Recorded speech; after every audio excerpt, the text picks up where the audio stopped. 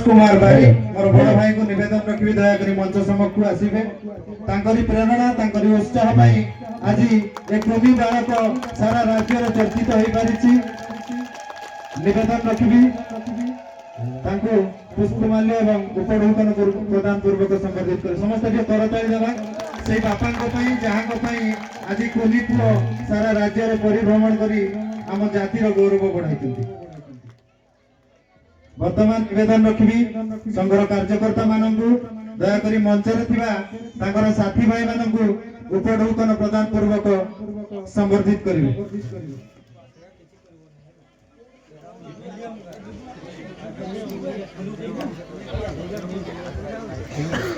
बहुत बढ़िया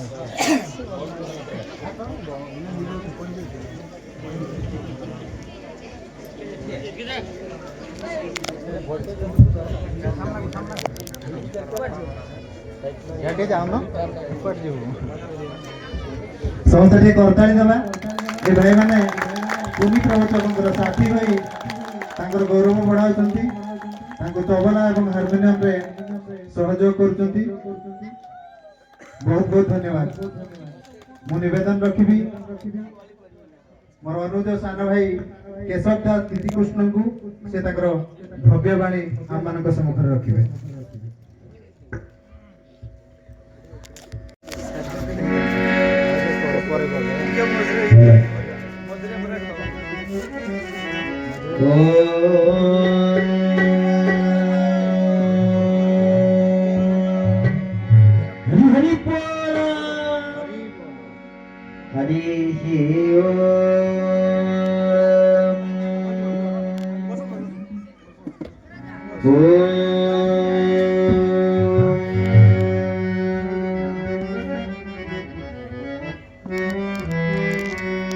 यत्रि स्वयं सुकृतिनां भवनेश लक्ष्मीः पापात्मनां कृतधियां हृदये सुबुद्धि श्रद्धां सतां कुलजन प्रभवस्य लज्जा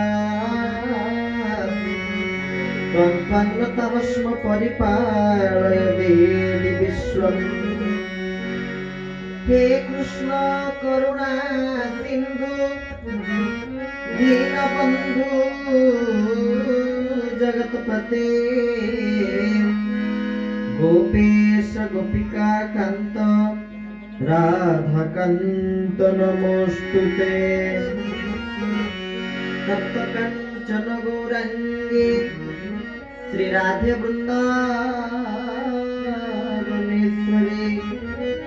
वृषभानु सुते देवी तन्नमामि कृष्ण प्रिय तन्नमामि कृष्ण प्रिय वाञ्छा कल्पतरुर्भ्यश्च कृपा सिन्धुभ्यैव च पतितानां पावनेभ्यो वैष्णवेभ्यो नमो नमः।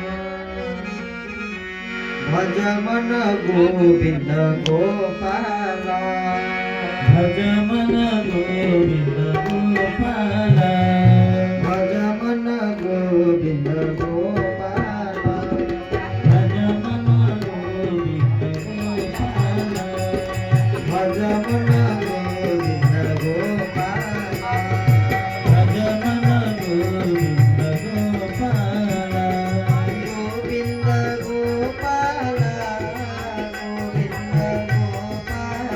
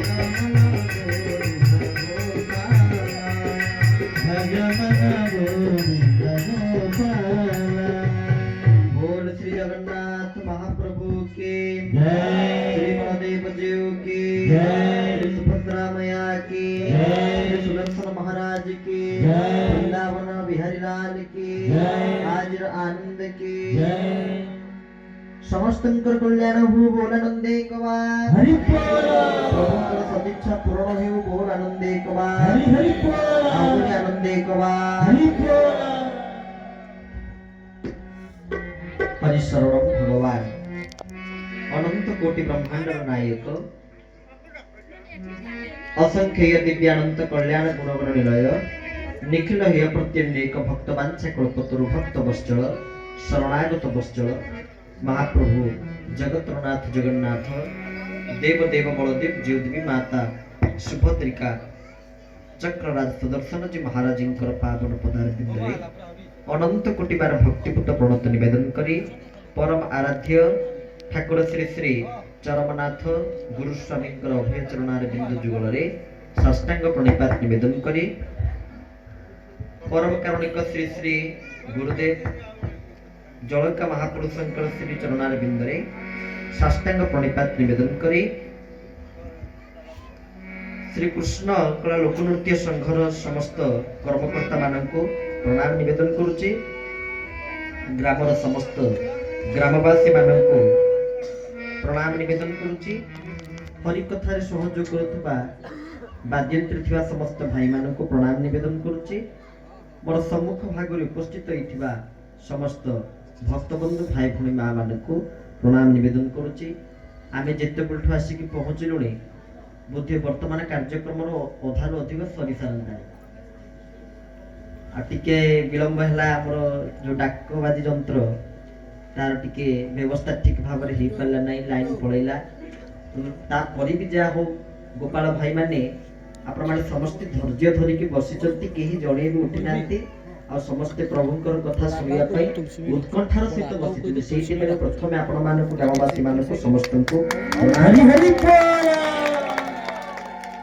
आ जानते कोन पई आरंभ लाइन कटिला कारण एई जगह भगवान को उपस्थिति रहिछि आ भगवान आपण मानकर समस्त को धैर्य को परीक्षा करथिले जो पर्यंत धैर्य रे आमे तांको परीक्षा रे उत्तीर्ण होई परिया नै से पर्यंत आमे तांकर आपणार होई परिया नै ये तांकर गोटी परीक्षा सब कार्य जतरे अधर्मटा बढ़ी जाए भगवान सेतेले आसंती ना भगवान केते आसंती अधर्म जतरे बढ़ी जाए तरे भगवान आसंती ता माने कहिया को गले जेते बळे विघ्न घटिबा आरंभ हुए भगवान आसंती पूर्व विघ्न घटिला साउंड लाइट बा ए डाकवा जंत्र ठीक तार व्यवस्था ही पाइला नै तो भगवान को आगमन हैला बोले आपण माने जानत भगवान जुगे जुगे आसंती अधर्म को दूषित करबा निमंते तुनाथ परम दयालु दुष्ट निबारी संथकाल तो भगवान को एते निमंते अवतार रहिछि आ जो गोपाल भाई माने समस्ते कृष्ण को सेवा रे बा हम भाई मान को समस्त को एकजुट करिवार लागि जंती समस्त को बहुत बहुत बधाई सहित प्रणाम निवेदन करूछि कारण ए जातिर बहुत महनीयता रहिछि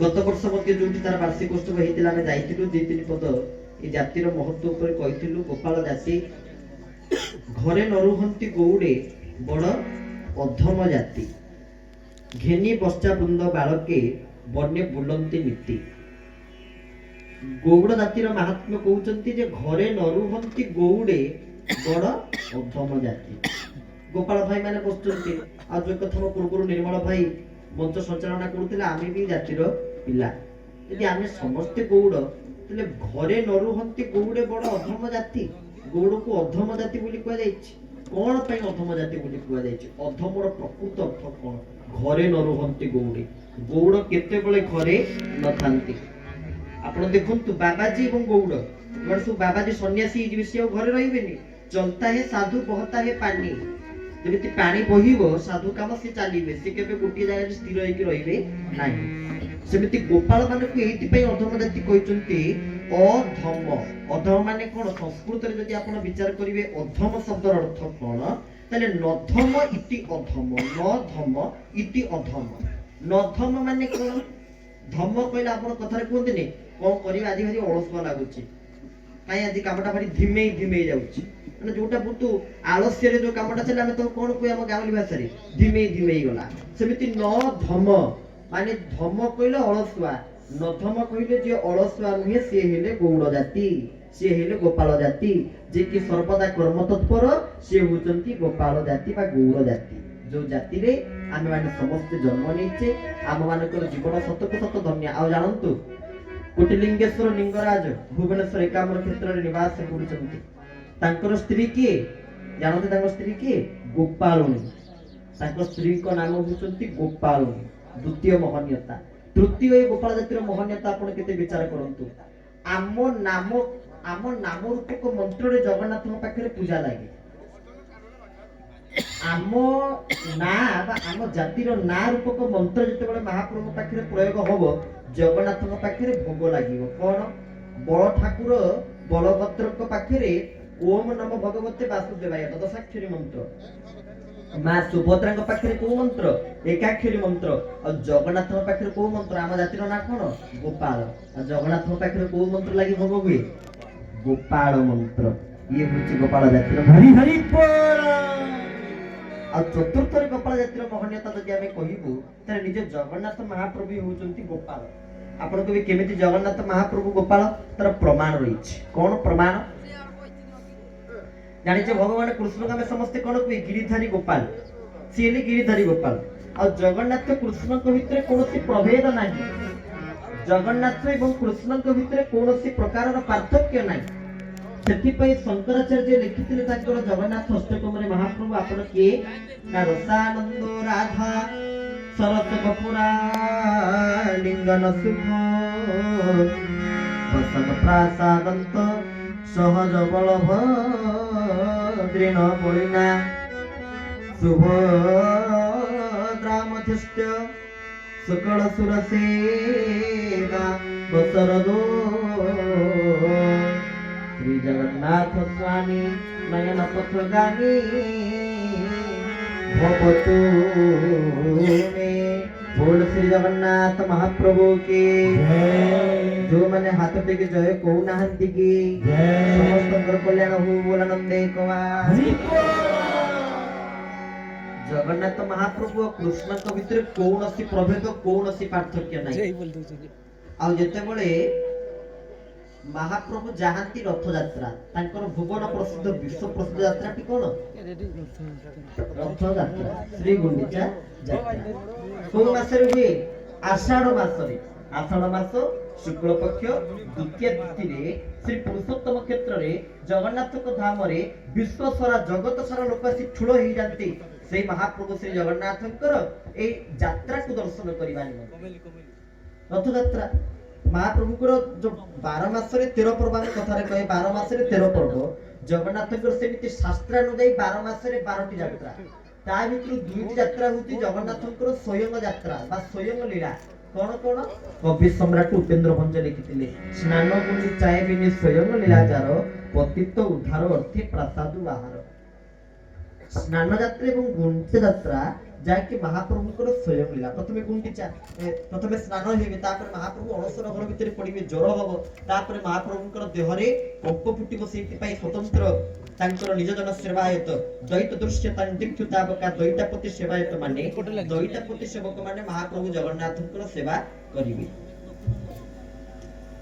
जेतले महाप्रभु रथरे बाहरिबे कोठी की जिबे आमे कहि माउसी घर किंतु गुंडीचा महाप्रभु जगन्नाथंकर माउसी नुहंती कोन हेबे मां जगन्नाथंकर मां होचंती गुंडीचा जदि मां गुंडीचा तते माउसी के ना अर्धशोषिनी बड़दांड रे देखि जनक मंदिर अछि उत्तर दिगरे उत्तर रे अर्धशोषिनी सेने जगन्नाथ महाप्रभुकर माउसी सेठी तले बाहुडा दशमी रे महाप्रभु फेरंती सेते बेले अर्धशोषिनी मंदिर द्वारा महाप्रभुक निमंते पोड़पिठा प्रेरित होइतांती तापर तांकर सुनावेश हेबे रथ उपरे आपण माने समस्ते दूरदर्शन जरिया रे किबा निजे मध्ये प्रत्यक्ष को माने देखिबि थिबे सुनावेश तापर कोन हेबे अधरपणा अधर हांडी प्रपालक हांडी महाप्रभु को मुख को चुंबित हांडी तीनटी तीन रथरी तीन तीन नौटी हांडी समुदाय थिबो ता देहरे महाप्रभु को अधरपणा प्रस्तुत होबो को माने को पई ना जो माने भूत प्रेत पिशाच राक्षस एही माने को पई महाप्रभु से अधरपणा को प्रस्तुत करि थाने आमे स्नान की पी दोछि ताको किंतु प्रकृत रे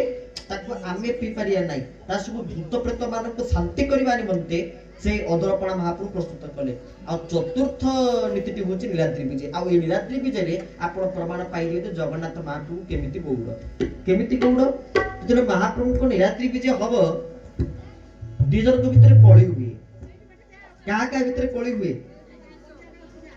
ଜଗନ୍ନାଥ ମହାପ୍ରଭୁ ଆଉ ମା ଲକ୍ଷ୍ମୀ ଗୋଟିଏ ପାଟି ତୁମକୁ ମା ମାନେ କରନ୍ତୁନି, ମୁଁ ଅନୁରୋଧ କରିବି ଟିକେ ଦୟା ନିରବତା ରକ୍ଷା କରି ଶୁଣନ୍ତୁ। କେହି ପରସ୍ପର ଭିତରେ କଥାବାର୍ତ୍ତା ରହି ଯଦି ନିରବତା ରକ୍ଷା କରି ଶୁଣନ୍ତି ଭଲ ହୁଅନ୍ତା।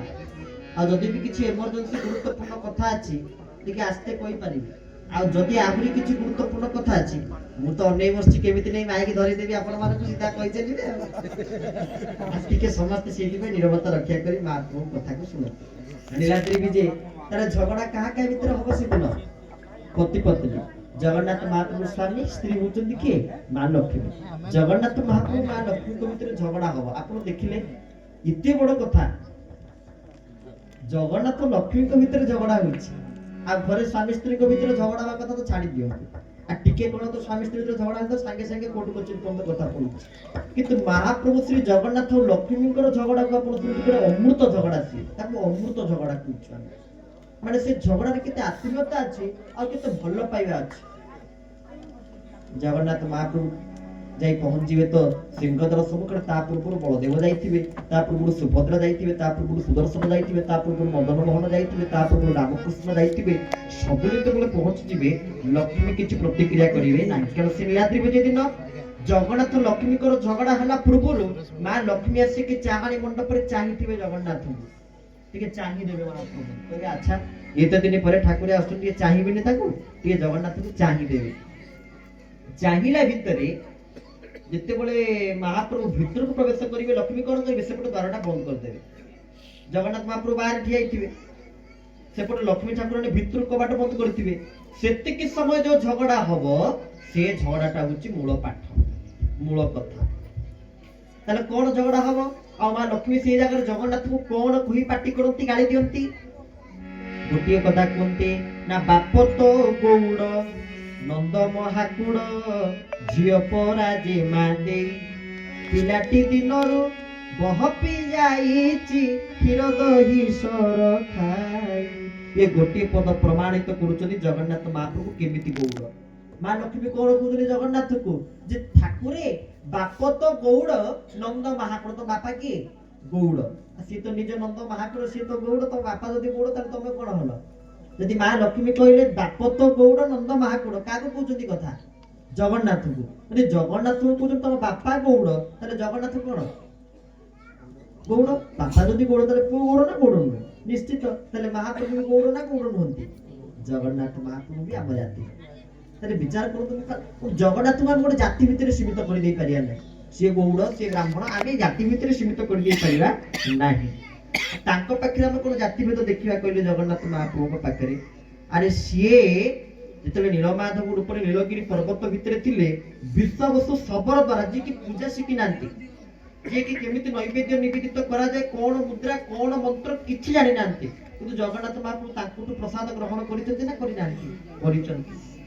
କରମା ବାଇ ତା ଖେଚୁଡିକୁ ମହାପ୍ରଭୁ ପାଇଛନ୍ତି। ଧନୁ ସଂକ୍ରାନ୍ତିରୁ ମକର ସଂକ୍ରାନ୍ତି ଆସୁଛି, ମକର ସଂକ୍ରାନ୍ତି ଏ ଗୋଟିଏ ମାସ ଧରି ଜଗନ୍ନାଥଙ୍କ ପାଖରେ ପହିଲି ଭୋଗ ଲାଗିବ। କେମିତି ପହିଲି ଭୋଗ ଲାଗିବ? ରାତି 2ଟାରୁ ଆଉ ସେବାୟତ ମାନଙ୍କ ହାତରେ ନିଦ ନଥିବ, ଯୋଉମାନେ ଜଗନ୍ନାଥଙ୍କ ପାଇଁ ରୋଷେଇ କରିବେ, କିଏ ନା ସୁଆର ସେବାୟତ, ସେମାନଙ୍କ ଆଖିରେ ନିଦ ନଥିବ। 2ଟାରୁ ମହାପ୍ରଭୁଙ୍କର ପହିଲି ଭୋଗ ନୀତି ଆରମ୍ଭ ହେଇଯିବ। ଏ ପହିଲି ଭୋଗର ଗୋଟେ ନିୟମ ଅଛି, କଣ ନା କାଉ କା କହିଲା ପୂର୍ବରୁ ଯେମିତି ଜଗନ୍ନାଥ ମହାପ୍ରଭୁ ଖାଇସାରିବେ, ଇଏ ହଉଛି ପହିଲି ଭୋଗର ନିୟମ। ଯେତେବେଳେ ପହିଲି ଭୋଗ ମହାପ୍ରଭୁ ପାଖରେ ନିବେଦିତ ହବ ଗୋଟିଏ ମାସ ଧରି, ଧନୁ ସଂକ୍ରାନ୍ତିରୁ ମକର ସଂକ୍ରାନ୍ତି ପର୍ଯ୍ୟନ୍ତ, ସେ କଣ ପାଇଁ ସେ ଖେଚୁଡିକୁ ଖାଉଛନ୍ତି, ପହିଲି ଭୋଗ ଖାଉଛନ୍ତି? ସେ ଗୋଟିଏ ଭକ୍ତର କଥା ମନେ ପକେଇ। କୋଉ ଭକ୍ତ ସିଏ? ଭକ୍ତ କରମା ବାଇ। ନା ଶୁଣିଥିବେ ଆପଣ ମାନେ, ଭକ୍ତ କରମା ବାଇ। ଯୋଉ କରମା ବାଇ ମହାପ୍ରଭୁଙ୍କୁ ରୋଷେଇ କରି ଦେଇଥିଲେ, ତାଙ୍କ ନାଁ ପ୍ରକୃତରେ ଥିଲା ବାଇ, କିନ୍ତୁ ତାଙ୍କୁ ଜଗନ୍ନାଥ ମହାପ୍ରଭୁ କହିଲେ ଯେ କରମା, କରମା, ସେଇଥିପାଇଁ ତାଙ୍କ ନାଁ ହେଇଗଲା କରମା ବାଇ। କରମା, କରମା କଣ ପାଇଁ କହିଲେ କରମା? ସିଏ ସେତେ କରମା ବାଇ ପରିଷ୍କାର ଶୁଦ୍ଧ ହେଇକିରି ରୋଷେଇ କରିନାହାନ୍ତି, ଏତେ ଶୁଦ୍ଧପୂତ ଭାବରେ ରୋଷେଇ ହେଇନାହିଁ। ନିଜେ ଯୋଉ ଦାନ୍ତ କାଠିରେ ଦାନ୍ତ କରୁଥିଲେ, ସେ ଦାନ୍ତ କାଠି ଛେଦିକି ଆଣିକି ତା ଦେହରେ ଘଷିକି ମହାପ୍ରଭୁଙ୍କ ପାଖରେ ତାକୁ ଲଗେଇ ଦେଇଛନ୍ତି। ଆଉ ଜଗନ୍ନାଥଙ୍କ ପାଖରେ ତା ପହଞ୍ଚି ଯାଇଛି। ଜଗନ୍ନାଥ ଦେଖିଲେ, ଆରେ ଏଠି ଆଉ ଜାତି ଭେଦ କିମ୍ବା ଏଠି ଯଦି ମୁଁ ଦେଖିଦେବି ପରିଷ୍କାର ଅପରିଷ୍କାର, ତାହେଲେ ମୋର ପତିତ ପାବନ ବାନା ଉଡିବା କଣ ସାର୍ଥକ ହେଇପାରିବ? ଜଗନ୍ନାଥ ମହାପ୍ରଭୁ ଅପେକ୍ଷା କରିନାହାନ୍ତି, କରମା ବାଇର ଖେଚୁଡିକୁ ଖାଇ ଦେଇଛନ୍ତି। ସେ ଖେଚୁଡିଟା ଏତେ ସ୍ୱାଦିଷ୍ଟ ହେଇଥିଲା ଆଉ ଏତେ ଭଲ ଲାଗିଲା ଯେ ଶେଷରେ ମହାପ୍ରଭୁ କଣ କହିଲେ, ହେ ମା କରମା କରମା କରମା, ମାନେ ଆଉ ଥରେ ସେ ଖେଚୁଡି କରମା, ମୁଁ ଆଉ ଥରେ ଖାଇବି। ସେଦିନ ତା ନାଁ ହେଇଗଲା କରମା। ତାହେଲେ ଜଗନ୍ନାଥ ମହାପ୍ରଭୁଙ୍କୁ ଆମେ ଜାତି ଭିତରେ ସୀମିତ କରିପାରିବା ନାହିଁ। ଇଏ ସିନା ଆମେ ଗୋଟେ ପଦରେ କହିଦେଲୁ ବାପ ତ ଗୌଡ଼ ନନ୍ଦା ମହାକୁଡ଼, କିନ୍ତୁ ପ୍ରକୃତିରେ ବାସ୍ତବ ପକ୍ଷରେ ବିଚାର କରିବାକୁ ଗଲେ ଜଗନ୍ନାଥଙ୍କୁ ପାଇବା ପାଇଁ ହେଲେ ଜାତିର କିଛି ଆବଶ୍ୟକତା ନାହିଁ। ଏ ମଣିଷ ହଉଛି ଗୋଟିଏ ଜାତି, ଆମେ ସମସ୍ତେ ଗୋଟିଏ ଜାତି। କିନ୍ତୁ ନିଜେ ଭଗବାନ କୃଷ୍ଣ ନିଜେ ଆସି କଣ କରିଛନ୍ତି, ଗୋପାଳ କୂଳରେ ବଢିଛନ୍ତି, ଗୋ ସେବା କରିଛନ୍ତି ନା କରିନାହାନ୍ତି? ଗାଈର ସେବା କରିଛନ୍ତି, ଗୋ ସେବା କରିଛନ୍ତି। ଆଉ ଗୋଟେ କଥା ଆପଣ ଜାଣିଲେ ଆହ୍ଲାଦିତ ହେବେ, ଆମ ଶ୍ରୀମନ୍ଦିରରେ ମଧ୍ୟ ଗୋପାଳ ସେବକ ରହିଛନ୍ତି, ଲିଙ୍ଗରାଜ ମନ୍ଦିରରେ ମଧ୍ୟ ଗୋପାଳ ସେବକ ରହିଛନ୍ତି। ଶ୍ରୀମନ୍ଦିରରେ ଯୋଉ ବିମାନ ଗୁଡ ସେବକ ଥାନ୍ତି, ବିମାନ ଗୁଡ ସବୁ ବିମାନକୁ ଧରିକି ଯାଆନ୍ତି। ସାଧାରଣତଃ ସବୁ ନହେଲେ ବି କେତେକ ଗୋପାଳ ସେବାୟତ ମାନେ ସବୁ ବିମାନକୁ ଧରିକି ଯାଆନ୍ତି, ବିମାନ ଗୁଡ ସେବାୟତ କେତେକ, ପ୍ରାୟତଃ ଅଧିକାଂଶ ଗୋପାଳ ଜାତିର ଲୋକମାନେ ବିମାନକୁ ଧରିକି ଯାଆନ୍ତି। ବିମାନ ଗୁଡ ଶ୍ରୀମନ୍ଦିରର ଗୋଟେ ପରମ୍ପରା, ସେବକ ପରମ୍ପରା ଭିତରେ ଅନ୍ୟତମ ହଉଛନ୍ତି ବିମାନ ଗୁଡ। ଦ୍ୱିତୀୟ ଗୋଟେ ମହାବୈ ସେବାୟତ ଶ୍ରୀମନ୍ଦିରରେ ଅଛନ୍ତି, ତାଙ୍କ ନାଁ ହଉଛି ମହାବୈ। ସେ କଣ କରିବେ ନା ମହାବୈ ସେବାୟତ ଜଗନ୍ନାଥ ମହାପ୍ରଭୁଙ୍କର ଖଣ୍ଡୁଆକୁ ପରିଧାନ କରିବେ। ସେମାନେ ଜାତିର ଗୋପାଳ, ଯୋଉ ମହାବୈ ସେବାୟତ ସେମାନେ ଜାତିର ଗୋପାଳ, ସେମାନେ ଜଗନ୍ନାଥଙ୍କର ଖଣ୍ଡୁଆକୁ ଶାଢୀ ଭଳିଆ ପରିଧାନ କରିବେ। ଆଉ ଗୋଟେ କଥା ଜାଣନ୍ତି କେତେ ତାମାନେ ମହାପ୍ରଭୁଙ୍କ ଜାତିକି ଭଲ ପାଆନ୍ତି, ଆପଣ ବିଚାର କରନ୍ତୁ। ମହାବୈ ସେବାୟତ ଯୋଉମାନେ ଜାତିର ଗୋପାଳ, ସେମାନେ ଖଣ୍ଡୁଆକୁ, ମହାପ୍ରଭୁ ଯୋଉ ଖଣ୍ଡୁଆକୁ ଧାରଣ କରିଥିବେ କୋଉଠି, ତାଙ୍କର ନାଭି କମଳରେ ବଡ ସିଂହାର ଧୂପ ଯେତେବେଳେ ମହାପ୍ରଭୁ ଖଣ୍ଡୁଆ ପାଟକୁ ଲଗେଇଥିବେ, ସେ ଖଣ୍ଡୁଆ ପାଟକୁ ସମସ୍ତେ ପିନ୍ଧି ପାରିବେ ନାହିଁ। ଆଜିକାଲି ତ ସମସ୍ତେ, ଆଗରୁ ଆମେ ବି ପକଉଛୁ, ଆମେ ଖଣ୍ଡୁଆ ପାଟର ମର୍ଯ୍ୟାଦା କଣ ଜାଣିନଥିଲୁ ବୋଲି ମତେ ବି ଯିଏ ଦେଇଛନ୍ତି, ଏମିତି ଯୁଆଡେ ଯାଉ 10ଟା 12ଟା 15ଟା ଖଣ୍ଡୁଆ ପାଟ ମହାପ୍ରଭୁ କୃପାରୁ ପାଇଥିଲୁ, ମତେ ଯେତେବେଳେ ଯୋଉଟା ଇଚ୍ଛା ହବ ପକେଇ ଦିଏ। କିନ୍ତୁ ତାପରେ ଯେତେବେଳେ ସେବାୟତ ମାନଙ୍କ ସହିତ ମିଶିଲି ଜାଣିଲି, ସେ ମତେ ମନା କଲେ, ଆଜ୍ଞା ଏ ଖଣ୍ଡୁଆ ପାଟ ମୁଣ୍ଡ ତଳକୁ ପହଞ୍ଚି ପାରିବ ନାହିଁ। ଏ ଖଣ୍ଡୁଆ ପାଟ ଯଦି ଆପଣ ପିନ୍ଧିବାକୁ ଚାହୁଁଛନ୍ତି ତାହେଲେ ମୁଣ୍ଡରେ ବାନ୍ଧିବେ, ମୁଣ୍ଡରେ ବାନ୍ଧିବେ, କିନ୍ତୁ ତାକୁ ଆପଣ ବେକରେ ପକେଇ ପାରିବେନି, ତାର ମର୍ଯ୍ୟାଦା ସେଠି ହାନି ହେଇଗଲା ବୋଲି ଆପଣ ଜାଣନ୍ତି। ଜଗନ୍ନାଥ ମହାପ୍ରଭୁର ଖଣ୍ଡୁଆ ପାଟ, ତାମାନେ ଦେଖନ୍ତୁ ଖଣ୍ଡୁଆ ପାଟକୁ ଅଧିକାର ମିଳିଛି ଗୋଟିଏ ଜାତିର ସେବାୟତ, କୋଉ ଜାତିର? ଗୋପାଳ ଜାତିର ସେବାୟତ, ମହାବୈ ସେବାୟତ ମାନେ ଶାଢୀ ଭଳିଆ ପିନ୍ଧିକି ଜଗନ୍ନାଥ ମହାପ୍ରଭୁଙ୍କର ସେବା କରିବେ। ବୋଲ ଜଗନ୍ନାଥ ମହାପ୍ରଭୁ କି ଜଗନ୍ନାଥଙ୍କର ସବୁଠୁ ଅତ୍ୟନ୍ତ ପ୍ରିୟ, ଯାହାକୁ ମହାପ୍ରଭୁ ଶୁଣିବାକୁ ବହୁତ ଭଲ ପାଆନ୍ତି, କଣ ତାହା? ଗୀତ ଗୋବିନ୍ଦ। ନିଜେ ପୂରଣ କରିଦେଇଥିଲେ ଭକ୍ତ କବି ଜୟଦେବ, ଖାଲି ଗୀତ ଗୋବିନ୍ଦ ଲେଖୁଛନ୍ତି।